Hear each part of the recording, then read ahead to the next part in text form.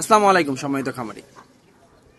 আমরা যখন গাভীকে দুধ দোয়াই তখন গাভী মাঝে মধ্যে ওলান থেকে তার দুধ ছাড়ে না। আজকের ভিডিওতে সেই সমস্যার কিছুটা হলেও সমাধান দেওয়ার চেষ্টা করব। যখন কোনো নতুন মানুষ দুধ দোয়ায় অথবা দুধ দোয়ানোর সময় গাভীর সাথে জোরে জোরে চিৎকার অথবা গাভীকে মারা এরকমের যদি সমস্যা তৈরি হয়, তখন গাভীর শরীর থেকে অ্যাড্রিনালিন হরমোন তৈরি হয়।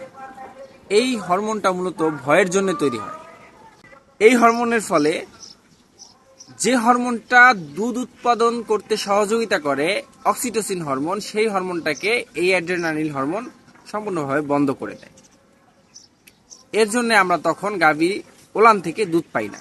এই সমস্যা থেকে বাঁচার জন্য তাৎক্ষণিক আমরা যদি গাভীর মেরুদণ্ড বরাবর হাত দিয়ে 1 থেকে 2 মিনিট ভালোভাবে মালিশ করে দেই, তাহলে গাভীর শরীর থেকে অ্যাড্রিনালিন হরমোনটা কমে যাবে, ভয়টা কমে যাবে।